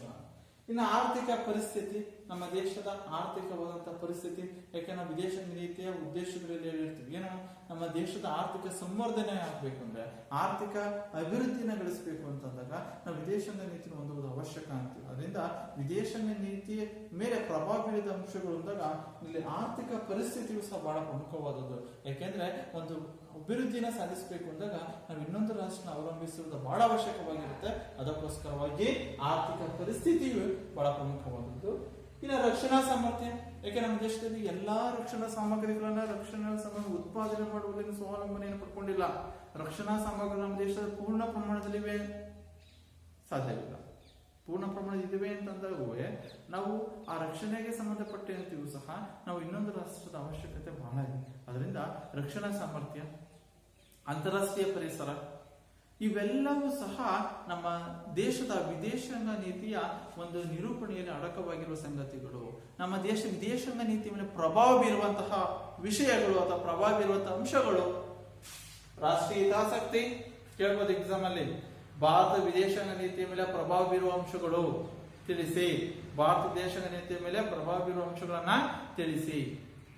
ಭಾರತ ವಿದೇಶಾಂಗ ನೀತಿಯ ನಿರೂಪಣೆಯಲ್ಲಿ ಅಡಕವಾಗಿರುವ ಸಂಗತಿಗಳನ್ನು ತಿಳಿಸಿ ಅಂದಾಗ ಫಸ್ಟ್ ಪಾಯಿಂಟ್, ರಾಷ್ಟ್ರೀಯ ಹಿತಾಸಕ್ತಿ, ಭೌಗೋಳಿಕ ಅಂಶಗಳು, ರಾಜಕೀಯ ಪರಿಸ್ಥಿತಿ, ಆರ್ಥಿಕ ಪರಿಸ್ಥಿತಿ, ರಕ್ಷಣಾ ಸಾಮರ್ಥ್ಯ ಮತ್ತು ಅಂತಾರಾಷ್ಟ್ರೀಯ ಪರಿಸರ, ಇವೆಲ್ಲವೂ ಸಹ ಭಾರತ ವಿದೇಶಾಂಗ ನೀತಿ ಮೇಲೆ ಪ್ರಭಾವ ಬೀರುವಂತಹ ಅಂಶಗಳು. ಓಕೆ, ಈಗ ನೆಕ್ಸ್ಟ್ ಅರ್ಥ ಆಯ್ತಾ? ವಿದೇಶಾಂಗ ನೀತಿಯ ಮೂಲಭೂತ ಅಂಶಗಳು. ಭಾರತ ವಿದೇಶಾಂಗ ನೀತಿಯ ಮೂಲಭೂತ ಅಂಶಗಳು ಯಾವ್ಯಾವ? ಭಾರತ ವಿದೇಶಾಂಗ ನೀತಿಯ ಮೂಲಭೂತ ಅಂಶಗಳು ಅಂದಾಗ ಮೊದಲನೇದು ಪಂಚಶೀಲ ತತ್ವ. ಭಾರತ ವಿದೇಶಾಂಗ ನೀತಿಯ ಮೊದಲನೇ ಒಂದು ಮೂಲಭೂತ ಅಂಶಗಳು. ಭಾರತ ವಿದೇಶಾಂಗ ನೀತಿಯ ಮೊದಲನೇ ಮೂಲಭೂತ ಅಂಶ ಅಂತಂದ್ರೆ ಪಂಚಶೀಲ ತತ್ವಗಳು. ವಿಶ್ವದ ಅನೇಕ ರಾಷ್ಟ್ರಗಳು ಸಹ ಕೆಲವು ಸಾಮಾಜಿಕ, ಆರ್ಥಿಕ, ರಾಜಕೀಯ ಕ್ಷೇತ್ರದಲ್ಲಿ ತಮ್ಮ ಭಿನ್ನತೆಯನ್ನ ಹೊಂದಿವೆ, ವ್ಯತ್ಯಾಸಗಳನ್ನ ಪಡ್ಕೊಂಡಿವೆ. ವ್ಯತ್ಯಾಸದಿಂದ ಇದೆ. ಒಂದು ರಾಷ್ಟ್ರದ ಆರ್ಥಿಕ ಪರಿಸ್ಥಿತಿ ಇನ್ನೊಂದು ರಾಷ್ಟ್ರದ ಆರ್ಥಿಕ ಪರಿಸ್ಥಿತಿ ಒಂದೇ ರೀತಿ ಇರಲ್ಲ. ಅನೇಕ ವ್ಯತ್ಯಾಸಗಳನ್ನ ನಾವು ನೋಡಬಹುದು. ಇಲ್ಲಿ ಪರಸ್ಪರ ಸಹಕಾರ ಬಹಳ ಅವಶ್ಯಕವಾದದ್ದು. ಒಂದು ವಿಶ್ವ ಮಟ್ಟದಲ್ಲಿ ಪರಸ್ಪರ ಸಹಕಾರ, ಸಹಬಾಳ್ವೆ ಬಹಳ ಅವಶ್ಯಕವಾದದ್ದು. ಅದರಿಂದ 1954 ಜೂನ್ ತಿಂಗಳಲ್ಲಿ ಭಾರತದ ಪ್ರಧಾನಮಂತ್ರಿ ಜವಾಹರ್ಲಾಲ್ ನೆಹರು ಮತ್ತು ಚೀನಾದ ಪ್ರಧಾನಮಂತ್ರಿ ಚೌ ಎನ್ ಲಾಯ್, ಈ ಇಬ್ಬರು ಸಹ ಭಾರತ ಮತ್ತು ಚೀನಾ ಅಂತಾರಾಷ್ಟ್ರೀಯ ಸಂಬಂಧದ ವೃದ್ಧಿಗಾಗಿ, ಇಡೀ ಒಂದು ಅಂತಾರಾಷ್ಟ್ರೀಯ ಮಟ್ಟದಲ್ಲಿ ನಾವು ಉತ್ತಮ ಸಂಬಂಧವನ್ನು ಹೊಂದಬೇಕು, ತಮ್ಮ ಸಂಬಂಧ ಉತ್ತಮಪಡಿಸಿಕೊಳ್ಬೇಕು ಎಂಬ ಉದ್ದೇಶಕ್ಕೋಸ್ಕರವಾಗಿ ರೂಪಿಸಿಕೊಂಡಂತಹ ತತ್ವವನ್ನೇ ಪಂಚಶೀಲ ತತ್ವಗಳು, ಅಂದ್ರೆ 5 ತತ್ವಗಳನ್ನ ಅವರು ರೂಪಿಸ್ಕೊಂತಾರೆ. ಯಾವ ಮೂಲ ಉದ್ದೇಶ, ಯಾಕೆ ಅಂದ್ರೆ ಅಂತಾರಾಷ್ಟ್ರೀಯ ಸಂಬಂಧವನ್ನು ವೃದ್ಧಿಗಾಗಿ ನಾವು ಅಂತಾರಾಷ್ಟ್ರೀಯ ಮಟ್ಟದಲ್ಲಿ ಉತ್ತಮ ಸಂಬಂಧವನ್ನು ಹೊಂದಬೇಕು ಭಾರತ ಮತ್ತು ಚೀನಾ. 1954 ಜೂನ್ ತಿಂಗಳಲ್ಲಿ ಭಾರತ ಮತ್ತು ಚೀನಾ, ಭಾರತದ ಪ್ರಧಾನಮಂತ್ರಿಯಾದಂತಹ ಜವಾಹರ್ಲಾಲ್ ನೆಹರು, ಚೀನಾದ ಪ್ರಧಾನಿಯಾದಂತಹ ಚೌ ಆನ್ ಲಾಯ್ ಇವರಿಬ್ಬರು ಸಹ ಅಂತಾರಾಷ್ಟ್ರೀಯ ಸಂಬಂಧದ ವೃದ್ಧಿಗಾಗಿ 5 ತತ್ವಗಳನ್ನು ರೂಪಿಸಿ ಅವನು ಅಳವಡಿಸಿಕೊಂಡರು. ಆ 5 ತತ್ವಗಳನ್ನೇ ಅವರೇನು ರೂಪಿಸಿದ ತತ್ವಗಳನ್ನೇ ಪಂಚಶೀಲ ತತ್ವಗಳು ಅಂತ ಕರೀತಾರೆ. ಅಂದ್ರೆ 5 ತತ್ವಗಳು. ಆ 5 ತತ್ವಗಳು ಏನ್ ಕರೀತಾರೆ? ಪಂಚಶೀಲ ತತ್ವಗಳು. ಯಾವ್ಯಾವ ಪಂಚಶೀಲ ತತ್ವಗಳು? ಒಂದು, ಪರಸ್ಪರ ರಾಷ್ಟ್ರಗಳ ಪ್ರಾದೇಶಿಕ ಹಾಗೂ ಸಾರ್ವಭೌಮತೆಗೆ ಗೌರವ. ನೋಡಿ, ಪರಸ್ಪರ ರಾಷ್ಟ್ರಗಳ, ಪರಸ್ಪರ ಭಾರತ ಮತ್ತು ಚೀನಾ ರಾಷ್ಟ್ರಗಳ ಪ್ರಾದೇಶಿಕ ಅಂದ್ರೆ ತಮ್ಮ ಒಂದು ಪ್ರದೇಶಗಳನ್ನ, ನಮ್ಮ ಪ್ರದೇಶಗಳ ಮೇಲೆ ಚೀನಾದ ನೀವು ಆಕ್ರಮಣ ಮಾಡಬಾರ್ದು, ಚೀನಾದ ಪ್ರದೇಶಗಳ ಮೇಲೆ ನಾವು ಆಕ್ರಮಣ ಮಾಡಲ್ಲ. ಪರಸ್ಪರ ರಾಷ್ಟ್ರಗಳ ಪ್ರಾದೇಶಿಕ ಹಾಗೂ ಸಾರ್ವಭೌಮತೆಗೆ ನಾವು ಗೌರವ ಕೊಡ್ಬೇಕು. ನಿಮ್ಮ ಪ್ರದೇಶಗಳಿಗೆ ಸಾರ್ವಭೌಮತೆಗೆ ನಾವು ಗೌರವ ಕೊಡ್ತೀವಿ. ಅವುಗಳನ್ನ ನಾವು ಅತಿ ಆಕ್ರಮಣವನ್ನ ಮಾಡಲ್ಲ. ನಮ್ಮ ರಾಷ್ಟ್ರದ ವ್ಯಾಪ್ತಿಯನ್ನು ವಿಸ್ತರಿಸಲ್ಲ. ನಿಮ್ಮ ಪ್ರದೇಶಗಳನ್ನ ನಾವು ವಶಪಡಿಸ್ಕೊಳ್ಳಲ್ಲ, ಆಕ್ರಮಣವನ್ನ ಮಾಡಲ್ಲ. ನಿಮ್ಮ ರಾಷ್ಟ್ರದ ಒಂದು ಘನತೆಗೆ, ನಿಮ್ಮ ರಾಷ್ಟ್ರದ ಸಾರ್ವಭೌಮತೆಗೆ ನಾವು ಗೌರವ ಕೊಡ್ತೀವಿ, ನಮ್ಮ ರಾಷ್ಟ್ರದ ಸಾರ್ವಭೌಮತೆಗೆ ನೀವು ಗೌರವ ಕೊಡ್ರಿ.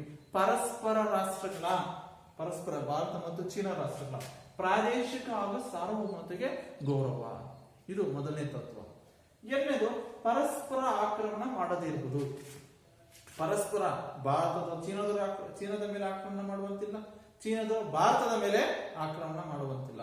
ಪರಸ್ಪರ ಆಕ್ರಮಣ ಮಾಡದೇ ಇರುವುದು. ಆಂತರಿಕ ವ್ಯವಹಾರಗಳಲ್ಲಿ ಪರಸ್ಪರ ಹಸ್ತಕ್ಷೇಪ ಮಾಡದಿರುವುದು. ಆಂತರಿಕ ವ್ಯವಹಾರಗಳಲ್ಲಿ, ಚೀನಾದ ಆಂತರಿಕ ವ್ಯವಹಾರದಲ್ಲಿ ಭಾರತ ಹಸ್ತಕ್ಷೇಪ ಮಾಡಂಗಿಲ್ಲ, ಭಾರತದ ಆಂತರಿಕ ವ್ಯವಹಾರದಲ್ಲಿ ಚೀನಾದವರು ಹಸ್ತಕ್ಷೇಪ ಮಾಡುವಂತಿಲ್ಲ. ಹೀಗೆ ಆಂತರಿಕ ವಿಷಯದಲ್ಲಿ ಪರಸ್ಪರ ಹಸ್ತಕ್ಷೇಪ ಮಾಡದೇ ಇರುವುದು ಸಹ ಒಂದು ತತ್ವವನ್ನ ಇವರು ತಮ್ಮ ಅಂತಾರಾಷ್ಟ್ರೀಯ ಸಂಬಂಧ ವೃದ್ಧಿಗಾಗಿ ಇವರು ಅಳವಡಿಸಿಕೊಂತಾರೆ. ನಾಲ್ಕನೇದು, ಪರಸ್ಪರ ಸಹಕಾರ ಮತ್ತು ಸಮಾನತೆ.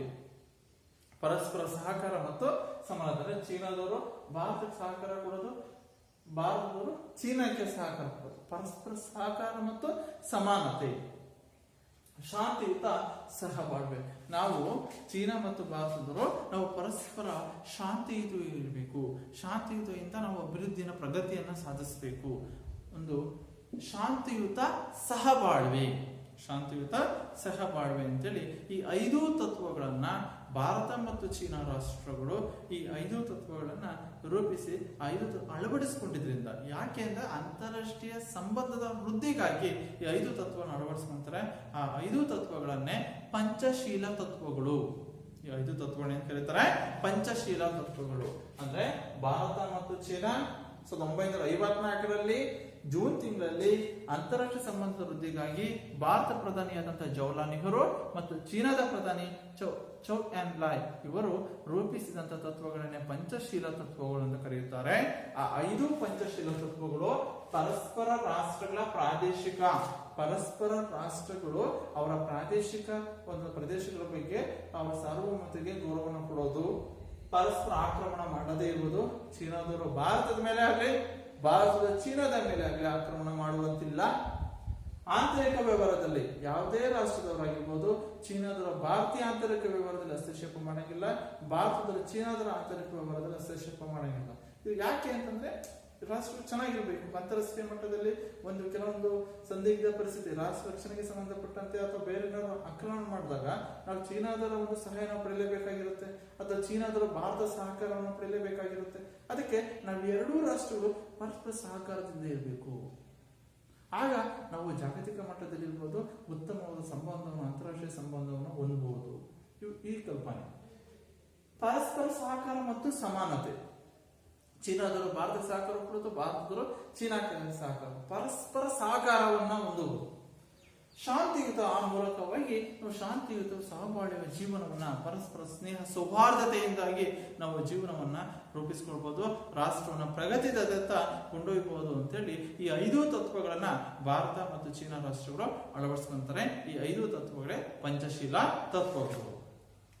ನಮ್ಮ ಭಾರತ ವಿದೇಶಾಂಗ ನೀತಿಯ ಮೂಲಭೂತ ಅಂಶಗಳಲ್ಲಿ ಒಂದು ಪಂಚಶೀಲ ತತ್ವ. ನೆಕ್ಸ್ಟ್ 2ನೇ ಮೂಲಭೂತ ಅಂಶಗಳು. ನಮ್ಮ ಭಾರತ ವಿದೇಶಾಂಗ ನೀತಿಯ ಮೂಲಭೂತ ಅಂಶಗಳು ಒಂದು ಪಂಚಶೀಲ ತತ್ವ, ಅಲಿಪ್ತ ನೀತಿ, ವಸಾಹತುಶಾಹಿತ್ವಕ್ಕೆ ವಿರೋಧ, ವರ್ಣಭೇದ ನೀತಿಗೆ ವಿರೋಧ, ನಿಶಸ್ತ್ರೀಕರಣ. ಅದರಲ್ಲಿ ಒಂದು ಪಂಚಶೀಲ ತತ್ವ. ಅರ್ಥ ಆಯ್ತಾ? ಓಕೆ. ನೆಕ್ಸ್ಟ್ ಎರಡನೇದು ಅಲಿಪ್ತ ನೀತಿ. ಅಲಿಪ್ತ ಭಾರತದ ವಿದೇಶಾಂಗ ನೀತಿಯ ಮೂಲಭೂತ ಅಂಶಗಳಲ್ಲಿ ಎರಡನೇದು ಅಲಿಪ್ತ ನೀತಿ. ಏನಾಗದು ಅಲಿಪ್ತ ನೀತಿ? ಅಲಿಪ್ತ ನೀತಿ ನೋಡ್ರಿ, ಇಡೀ ಜಾಗತಿಕವಾಗಿ ವಿಶ್ವದಲ್ಲಿ ಎಷ್ಟು ಮಹಾಯುದ್ಧಗಳು ನಡೆದವೆ? ಎಷ್ಟು? 2 ಮಹಾಯುದ್ಧ. 1914ರಿಂದ 18ರವರೆಗೆ ಒಂದು ಮಹಾಯುದ್ಧ ನಡೆಯುತ್ತೆ. ಒಂದು ಜಾಗತಿಕ ಯುದ್ಧಗಳು, ಒಂದು ಮಹಾಯುದ್ಧ. 1914ರಿಂದ 18 ಒಂದು ಮಹಾಯುದ್ಧ. 1914ರಿಂದ 1918. ಎರಡನೇ ಮಹಾಯುದ್ಧ 1939ರಿಂದ 1945. ಇವು ಜಾಗತಿಕವಾದ ವಿಶ್ವದಲ್ಲಿ ನಡೆದಂತ 2 ಮಹಾಯುದ್ಧಗಳು ಅಂತ ಹೇಳ್ತಾರೆ, ಜಾಗತಿಕ ಯುದ್ಧಗಳು. ಈ ಎರಡನೇ ಮಹಾಯುದ್ಧ ನಡೆದ ನಂತರವಾಗಿ ಇಡೀ ಒಂದು ವಿಶ್ವ 2 ಬಣಗಳಾಗಿ ವಿಭಜನೆ ಆಗುತ್ತೆ. ಒಂದು ಬಣ ಅಮೆರಿಕ, ಇನ್ನೊಂದು ಬಣ ಸೋವಿಯತ್, ರಷ್ಯಾ ನೇತೃತ್ವದಲ್ಲಿ ಸೋವಿಯತ್ ಬಣ, ಇನ್ನೊಂದು ಅಮೆರಿಕ ನೇತೃತ್ವದಲ್ಲಿ, ಅಮೆರಿಕ ಸಂಯುಕ್ತ ಸಂಸ್ಥಾನ ಅದರ ನೇತೃತ್ವದಲ್ಲಿ ಪ್ರಜಾಪ್ರಭುತ್ವ ಬಣ. ಆ ಪ್ರಜಾಪ್ರಭುತ್ವ ನೇತೃತ್ವದಕ್ಕೆ ಅಮೆರಿಕ ನಾಯಕತ್ವವನ್ನು ಹೊಂದಿದ್ರೆ, ಇನ್ನು ಸೋವಿಯತ್ ಅದರ ನೇತೃತ್ವದಲ್ಲಿ ರಷ್ಯಾ ಅದರ ನಾಯಕತ್ವವನ್ನು ಹೊಂದಿರುತ್ತೆ. ಪ್ರಜಾಪ್ರಭುತ್ವ ರಾಷ್ಟ್ರ ಮತ್ತು ಸೋವಿಯತ್ ರಷ್ಯಾ ಹಿಡಿತನದ ಕಮ್ಯುನಿಸ್ಟ್ ರಾಜ್ಯ, ಅಂದ್ರೆ ಕಮ್ಯುನಿಸ್ಟ್ ಮತ್ತು ಪ್ರಜಾಸತ್ತಾತ್ಮಕ, ಪ್ರಜಾಪ್ರಭುತ್ವ ರಾಷ್ಟ್ರಗಳು ಮತ್ತು ಕಮ್ಯುನಿಸ್ಟ್ ರಾಷ್ಟ್ರಗಳು, ಕಮ್ಯುನಿಸ್ಟ್ ಬಣ ಮತ್ತು ಈ ಕಡೆ ಪ್ರಜಾಪ್ರಭುತ್ವ ಬಣ, 2 ಬಣಗಳಿಗೆ ಉದಯಿಸಿದೆ ಎರಡನೇ ಮಹಾಯುದ್ಧದ ನಂತರ. ಆಗ ಭಾರತ ಈ ಕಡೆ ಅಮೆರಿಕ ನೇತೃತ್ವದ ಬಣಕ್ಕೂ ಸೇರದೆ, ರಷ್ಯಾ ಬಣ, ಸೋವಿಯತ್ ರಷ್ಯಾ ನೇತೃತ್ವದ ಬಣಕ್ಕೂ ಸೇರದೆ ತಟಸ್ಥ ನೀತಿಯನ್ನು ಅನುಸರಿಸುತ್ತೆ. ಆ ಸಂದರ್ಭದಲ್ಲಿ ಭಾರತ ಅನುಸರಿಸಿದಂತ ನೀತಿ ಅಂದ್ರೆ ಅಮೆರಿಕ ಬಣಕ್ಕೂ ಸೇರದೆ, ರಷ್ಯಾ ಬಣಕ್ಕೂ ಸೇರದೆ ಭಾರತ ಅನುಸರಿಸಿದ ನೀತಿಯನ್ನೇ ಅಲಿಪ್ತ ನೀತಿ ಅಂತ ಕರೀತಾರೆ. ಅಂದ್ರೆ ಎರಡನೇ ಮಹಾಯುದ್ಧದ ನಂತರವಾಗಿ ಇಡೀ ವಿಶ್ವದಲ್ಲಿ 2 ಬಣಗಳು ಉದಯಿಸ್ತವೆ. ಒಂದು ಅಮೆರಿಕ ನೇತೃತ್ವದ ಬಣ, ಇನ್ನೊಂದು ರಷ್ಯಾ ನೇತೃತ್ವದ ಬಣ. ಎರಡನೇ ಮಹಾಯುದ್ಧದ ನಂತರ ಭಾರತ ಅಮೆರಿಕ ಬಣಕ್ಕೂ ಸೇರದೆ, ರಷ್ಯಾ ಬಣಕ್ಕೂ ಸೇರದೆ ತಟಸ್ಥವಾಗಿತ್ತು.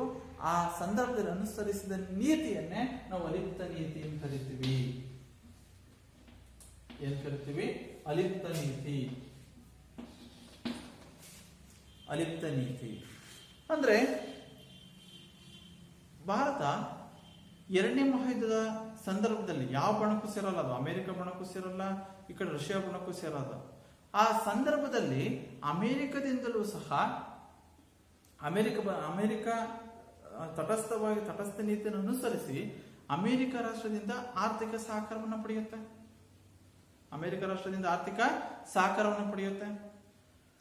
ರಷ್ಯಾ ಬಣಕ್ಕೂ ಸೇರಲಿಲ್ಲ, ಆದರೂ ಸಹ ರಷ್ಯಾದಿಂದ ರಕ್ಷಣೆಗೆ ಸಂಬಂಧಪಟ್ಟಂತೆ ಭದ್ರತೆಯ ಸಹಕಾರವನ್ನು ಪಡೆಯುತ್ತೆ.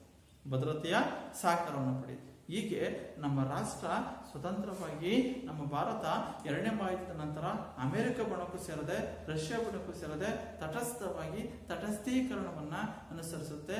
ಆ ಅನುಸರಿಸಿದಂತ ತಟಸ್ಥೀಕರಣ ನೀತಿಯನ್ನೇ ಅಲಿಪ್ತ ನೀತಿ ಅಂತ ಕರಿತೀವಿ. ಈ ಅಲಿಪ್ತ ನೀತಿಯನ್ನು ರೂಪಿಸಿ ಭಾರತದ ವಿದೇಶಾಂಗ ನೀತಿಯಲ್ಲಿ ಅಳವಡಿಸಿಕೊಳ್ಳೋದಕ್ಕೆ ಕಾರಣಕರ್ತರಾದವರು ಅಂತಂದ್ರೆ ಆಗಿನ ಭಾರತ ಪ್ರಧಾನಮಂತ್ರಿ ಆದಂತಹ ಜವಾಹರ್ಲಾಲ್ ನೆಹರೂರವರು.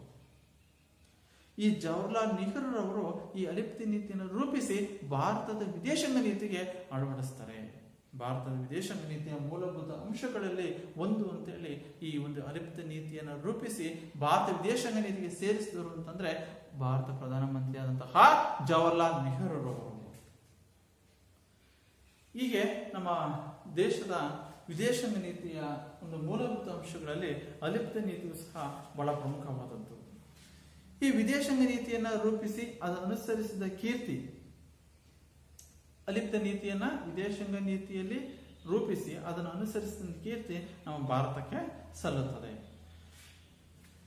ಈ ಜವಾಹರ್ಲಾಲ್ ನೆಹರು ನಂತರವಾಗಿ ಲಾಲ್ ಬಹದ್ದೂರ್ ಶಾಸ್ತ್ರಿ ಮತ್ತು ಇಂದಿರಾ ಗಾಂಧಿ ಅವರು ಸಹ ಈ ಸವಾಲಾದಂತಹ ಒಂದು ವಿದೇಶಾಂಗ ನೀತಿಯನ್ನ ಅವರು ಸಹ ಸಮರ್ಥವಾಗಿ ನಿಭಾಯಿಸ್ತಾರೆ. ವಿದೇಶಾಂಗ ನೀತಿಯನ್ನ ರೂಪಿಸುವುದಕ್ಕೆ ಆ ವಿದೇಶಾಂಗ ನೀತಿಯನ್ನು ಅದ ಅನುಕರಣೆಯಲ್ಲಿ ಬಹಳ ಸಮರ್ಥವಾಗಿ ಆ ಕಾರ್ಯವನ್ನು ನಿರ್ವಹಿಸ್ತಾರೆ ಅಂತಂದ್ರೆ ಜವಾಹರ್ಲಾಲ್ ನೆಹರು ನಂತರ ಬಂದಂತಹ ಲಾಲ್ ಬಹದ್ದೂರ್ ಶಾಸ್ತ್ರಿ ಇರ್ಬೋದು, ನಂತರ ಇಂದಿರಾ ಗಾಂಧಿ ಅವರು ಸಹ.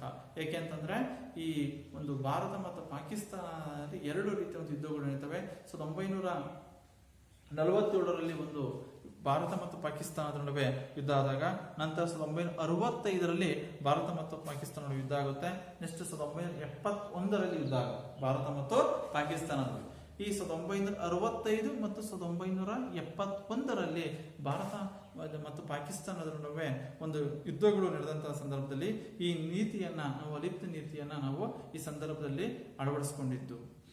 ನಂತರ ಈ ಪ್ರಧಾನಿಗಳಾದಂತಹ ಒಂದು ಅಟಲ್ ಬಿಹಾರಿ ವಾಜಪೇಯಿ ಅವರು ಸಹ ನಮ್ಮಲ್ಲಿ ವಿದೇಶಾಂಗ ನೀತಿಯನ್ನ, ನಮ್ಮ ಭಾರತದ ವಿದೇಶಾಂಗ ನೀತಿಯನ್ನ ಸುಧಾರಿಸಿ ಅದನ್ನ ಪಾಕಿಸ್ತಾನದ ಜೊತೆ ಒಂದು ಮೈತ್ರಿ ಸಂಬಂಧವನ್ನು ಅವರು ಬೆಳೆಸ್ಕೊಂಡಿದ್ರು. ಪಾಕಿಸ್ತಾನದ ಜೊತೆ ಮೈತ್ರಿ ಬಾಂಧವ್ಯಕ್ಕೆ ಪ್ರಯತ್ನವನ್ನು ಸಹ ನಮ್ಮ ಅಟಲ್ ಬಿಹಾರಿ ವಾಜಪೇಯಿ ಅವರು ಮಾಡಿದ್ರು. ಅಂದ್ರೆ ವಿದ್ಯಾರ್ಥಿಗಳೇ, ಭಾರತದ ವಿದೇಶಾಂಗ ನೀತಿಯ ಮೂಲಭೂತ ಅಂಶಗಳಲ್ಲಿ ಅಲಿಪ್ತ ನೀತಿಯು ಸಹ ಒಂದು. ಅಲಿಪ್ತ ನೀತಿ ಅಂತಂದ್ರೆ ದ್ವಿತೀಯ ಮಹಾಯುದ್ಧದ ನಂತರವಾಗಿ ಇಡೀ ವಿಶ್ವ ಎರಡು ಬಣಗಳಾಗಿ ವಿಭಜನೆಯಾಗುತ್ತೆ. ಒಂದು ಪ್ರಜಾಪ್ರಭುತ್ವ ರಾಷ್ಟ್ರಗಳ ಒಂದು ನೇತೃತ್ವ ವಹಿಸಿದ್ದಂತಹ ಒಂದು ಅಮೆರಿಕ ಬಣ, ಇನ್ನೊಂದು ಸೋವಿಯತ್ ಕಮ್ಯುನಿಸ್ಟ್ ಬಣದ ನಾಯಕತ್ವ ಹೊಂದಿದ್ದಂತಹ ರಷ್ಯಾ ಬಣ. ಆದರೆ ಈ ಎರಡೂ ಬಣಗಳು ಉದಯಿಸಿದಂತ ಸಂದರ್ಭದಲ್ಲಿ ನಮ್ಮ ಭಾರತ ಎರಡೂ ಬಣಕ್ಕೆ, ಅಮೆರಿಕ ಬಣಕ್ಕೂ ಸೇರದೆ ಈ ಕಡೆ ರಷ್ಯಾ ಬಣಕ್ಕೂ ಸೇರದೆ ತಟಸ್ಥವಾಗಿತ್ತು. ತಟಸ್ಥೀಕರಣ ನೀತಿಯನ್ನು ಅನುಸರಿಸಿತ್ತು. ಆ ತಟಸ್ಥ ನೀತಿಯನ್ನೇ ಅಲಿಪ್ತ ನೀತಿ ಎಂದು ಕರೆಯುತ್ತಾರೆ. ಈ ಅಲಿಪ್ತ ನೀತಿಯನ್ನ ವಿದೇಶಾಂಗ ನೀತಿಯಲ್ಲಿ ಅನುಸರಿಸಿ ಅಳವಡಿಸಿಕೊಂಡಂತ ಕೀರ್ತಿ ನಮ್ಮ ದೇಶಕ್ಕೆ ಸಲ್ಲುತ್ತದೆ. ಈ ಅಲಿಪ್ತ ನೀತಿಯನ್ನು ಅನುಸರಿಸುವ ಮೂಲಕವಾಗಿ ನಮ್ಮ ದೇಶ ಅಮೆರಿಕದಿಂದ ಆರ್ಥಿಕ ಸಹಕಾರವನ್ನು ಪಡೆಯಿತು, ರಷ್ಯಾದಿಂದ ರಕ್ಷಣೆಯ ಭದ್ರತೆಯ ಸಹಕಾರವನ್ನು ಪಡೆಯಿತು. ಅಂದ್ರೆ ಇದಕ್ಕೆ ಕಾರಣ ಏನಪ್ಪ ಅಂದ್ರೆ ಅಲಿಪ್ತ ನೀತಿಯನ್ನು ನಾವು ಅಳವಡಿಸಿಕೊಂಡಿದ್ದು ಪ್ರಮುಖವಾದಂತಹ ಕಾರಣವಾಗುತ್ತೆ. ನಂತರ ಈ ವಿದೇಶಾಂಗ ನೀತಿಯಲ್ಲಿ ಅಲಿಪ್ತ ನೀತಿಯು ಸಹ ಪ್ರಮುಖವಾದಂತಹ ಒಂದು ಮೂಲಭೂತ ಅಂಶ. ನಂತರ ಜವಾಹರ್ಲಾಲ್ ನೆಹರು ನಂತರವಾಗಿ ಲಾಲ್ ಬಹದ್ದೂರ್ ಶಾಸ್ತ್ರಿ ಮತ್ತು ಇಂದಿರಾ ಗಾಂಧಿ ಅವರು ಸಹ ಈ ಒಂದು ಸವಾಲಾಗಿದ್ದಂತಹ ವಿದೇಶಾಂಗ ನೀತಿಯನ್ನ ಸಮರ್ಪಕವಾಗಿ ಸಮರ್ಥವಾಗಿ ಅವರು ಸಹ ನಿಭಾಯಿಸ್ತಾರೆ. ಇವರು 1965 ಮತ್ತು 1971 ಭಾರತ ಮತ್ತು ಪಾಕಿಸ್ತಾನ ನಡುವಿನ ಯುದ್ಧದ ಸಂದರ್ಭದಲ್ಲಿ ನಾವು ಈ ನೀತಿಯನ್ನು ನಾವು ಅಳವಡಿಸಿಕೊಂಡಿದ್ದು. ನಂತರ ಅಟಲ್ ಬಿಹಾರಿ ವಾಜಪೇಯಿ ಅವರು ಸಹ ಈ ಒಂದು ಭಾರತದ ವಿದೇಶಾಂಗ ನೀತಿಯನ್ನ ಸುಧಾರಿಸಿ, ನಮ್ಮ ವಿದೇಶಾಂಗ ನೀತಿಯನ್ನ ಸುಧಾರಿಸಿ ಪಾಕಿಸ್ತಾನದ ಜೊತೆ ಮೈತ್ರಿ ಬಾಂಧವ್ಯದ ಮೈತ್ರಿಯನ್ನ ಸಾಧಿಸಬೇಕು, ಮೈತ್ರಿ ಬಾಂಧವ್ಯ ಹೊಂದಬೇಕು ಅಂತೇಳಿ ಆ ಪ್ರಯತ್ನವನ್ನು ಸಹ ಅಟಲ್ ಬಿಹಾರಿ ವಾಜಪೇಯಿ ಅವರು ಮಾಡಿದ್ರು. ಹೀಗೆ ಭಾರತ ವಿದೇಶಾಂಗ ನೀತಿಗಳಲ್ಲಿ ಮೊದಲನೇದು ಪಂಚಶೀಲ ತತ್ವ, ಎರಡನೇದು ಅಲಿಪ್ತ ನೀತಿ. ನೆಕ್ಸ್ಟ್ ಭಾರತ ದೇಶ ಮೂರನೇ ಒಂದು ಮೂಲಭೂತ ಅಂಶ ವಸಾಹತುಶಾಹಿತ್ವಕ್ಕೆ ವಿರೋಧ. ಒಂದು ಪಂಚಶೀಲ ತತ್ವ, ಎರಡನೇದು ಅಲಿಪ್ತ ನೀತಿ. ಪಂಚಶೀಲ ತತ್ವ ಅರ್ಥ ಆಯ್ತು, ಅಲಿಪ್ತ ನೀತಿ ಅರ್ಥ ಆಯ್ತಾ. ಮೂರನೇದು ವಸಾಹತುಶಾಹಿತ್ವಕ್ಕೆ ವಿರೋಧ. ನಮ್ಮ ಭಾರತ ವಿದೇಶಾಂಗ ನೀತಿ ವಸಾಹತುಶಾಹಿತ್ವವನ್ನ ವಿರೋಧಿಸುತ್ತೆ. ವಸಾಹತುಶಾಹಿತ್ವ ಇರಬಾರ್ದು. ದೇಶದ ಪ್ರಪಂಚದ ಯಾವುದೇ ಮೂಲೆಯಲ್ಲೂ ಯಾವ ಭಾಗದಲ್ಲೂ ಸಹ ವಸಾಹತುಶಾಹಿತ್ವ ಇರಬಾರ್ದು ಅಂತ. ಆದ್ರೆ ವಸಾಹತುಶಾಹಿತ್ವ ಅಂದ್ರೆ ಏನು? ವಸಾಹತುಶಾಹಿತ್ವ ಅಂತಂದ್ರೆ ಒಂದು ರಾಷ್ಟ್ರ ಇನ್ನೊಂದು ರಾಷ್ಟ್ರವನ್ನ ತನ್ನ ಸ್ವಾಧೀನಕ್ಕೆ ತೆಗೆದುಕೊಂಡು, ತನ್ನ ಹತೋಟಿಗೆ, ತನ್ನ ಸ್ವಾಧೀನಕ್ಕೆ ತೆಗೆದುಕೊಂಡು ಆ ರಾಷ್ಟ್ರದ ಸಾರ್ವಭೌಮತ್ವವನ್ನ ಹತ್ತಿಕ್ಕಿ ತನ್ನ ಸ್ವಾರ್ಥಕ್ಕಾಗಿ ದುರುಪಯೋಗ ಪಡಿಸಿಕೊಳ್ಳುವುದನ್ನ ನಾವೇನ್ ಕರಿತೀವಿ? ವಸಾಹತುಶಾಹಿತ್ವ. ಏಕೆ ನೋಡ್ರಿ, ಒಂದು ರಾಷ್ಟ್ರ ಇನ್ನೊಂದು ರಾಷ್ಟ್ರವನ್ನ ಸ್ವಾಧೀನಕ್ಕೆ ತೆಗೆದುಕೊಂಡು ಆ ರಾಷ್ಟ್ರವನ್ನು ತನ್ನ ಹತೋಟಿಗೆ, ತನ್ನ ಸ್ವಾಧೀನಕ್ಕೆ ತೆಗೆದುಕೊಂಡು ಆ ರಾಷ್ಟ್ರದ ಸಾರ್ವಭೌಮತ್ವವನ್ನ ಹತ್ತಿಕ್ಕಿ ತನ್ನ ಸ್ವಾರ್ಥಕ್ಕಾಗಿ ದುರುಪಯೋಗ ಪಡಿಸಿಕೊಳ್ಳುವುದನ್ನ ವಸಾಹತುಶಾಹಿತ್ವ ಅಂತ ಕರೆಯುತ್ತೆ.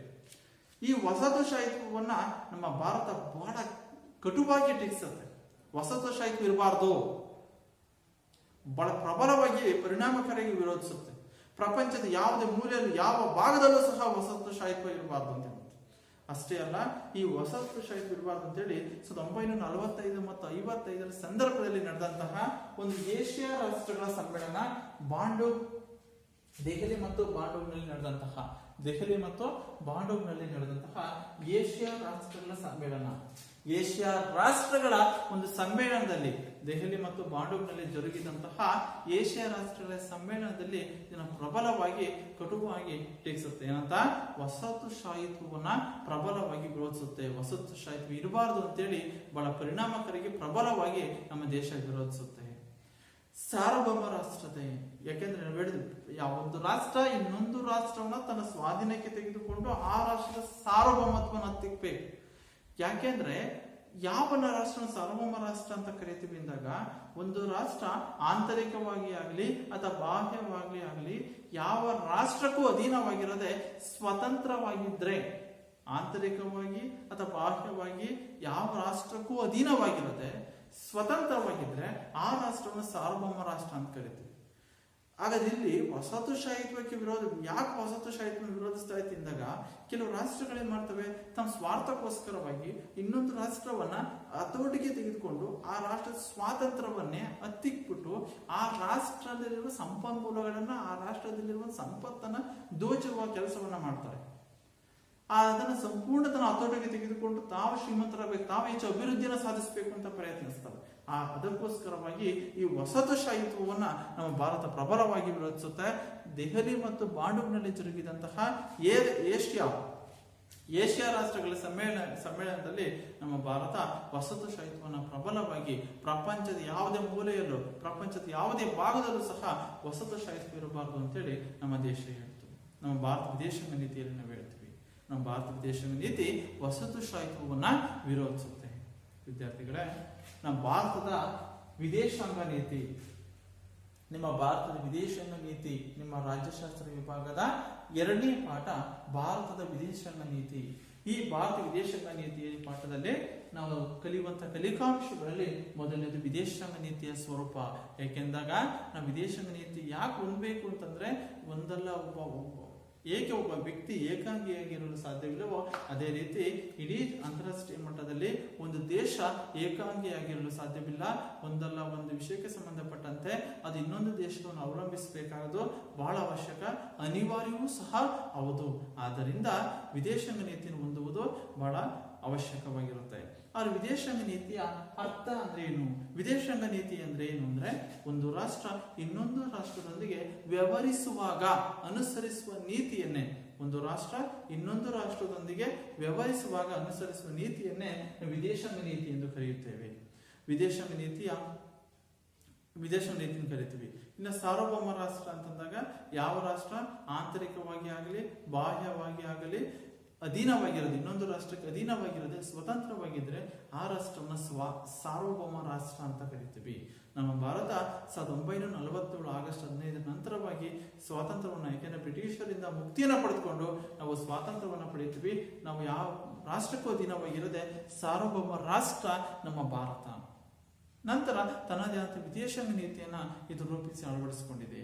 ಈ ವಿದೇಶಾಂಗ ನೀತಿಯ ಉದ್ದೇಶಗಳೇನು ಅಂದಾಗ, ಮೊದಲನೇ ಉದ್ದೇಶ ರಾಷ್ಟ್ರದ ಭದ್ರತೆ, ರಾಷ್ಟ್ರದ ರಕ್ಷಣೆ ಮತ್ತು ಭದ್ರತೆ ನಮ್ಮ ವಿದೇಶಾಂಗ ನೀತಿಯ ಮೂಲ ಉದ್ದೇಶ.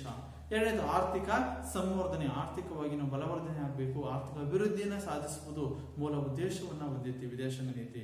ಈ ಮೂರನೇದು ನಮ್ಮ ದೇಶದ ಸಾಂಸ್ಕೃತಿಕ ಮೌಲ್ಯಗಳನ್ನ ಬೇರೆ ದೇಶದಲ್ಲೂ ಸಹ ಬಿತ್ತರಿಸುವುದು ನಮ್ಮ ವಿದೇಶಾಂಗ ನೀತಿಯ ಮೂಲ ಉದ್ದೇಶ. ನಾಲ್ಕನೇದಾಗಿ ವಿರೋಧಿ ರಾಷ್ಟ್ರ, ನಮ್ಮ ಮಿತ್ರ ರಾಷ್ಟ್ರಗಳನ್ನ ಹೆಚ್ಚಿಸಿಕೊಂಡು ನಂತರ ವಿರೋಧಿ ರಾಷ್ಟ್ರಗಳನ್ನು ನಿರ್ಬಂಧಿಸುವುದು. ನಮ್ಮ ಸ್ನೇಹ ಸಹಕಾರದ ಮೂಲಕವಾಗಿ ಮಿತ್ರ ರಾಷ್ಟ್ರಗಳ ಮಿತ್ರತ್ವವನ್ನು ಬೆಳೆಸಿಕೊಂಡು ನಾವು ಈ ವಿರೋಧಿ ರಾಷ್ಟ್ರಗಳನ್ನು ನಿರ್ಬಂಧಿಸುವುದು ಸಹ ನಮ್ಮ ವಿದೇಶಾಂಗ ನೀತಿಯ ಒಂದು ಉದ್ದೇಶ. ನಂತರ ವಿಶ್ವ ಶಾಂತಿ ಮತ್ತು ಸಹಬಾಳ್ವೆ ಭಾರತ ವಿದೇಶಾಂಗ ನೀತಿಯ ಮೂಲವಾದಂತಹ ಉದ್ದೇಶವಾಗಿದೆ.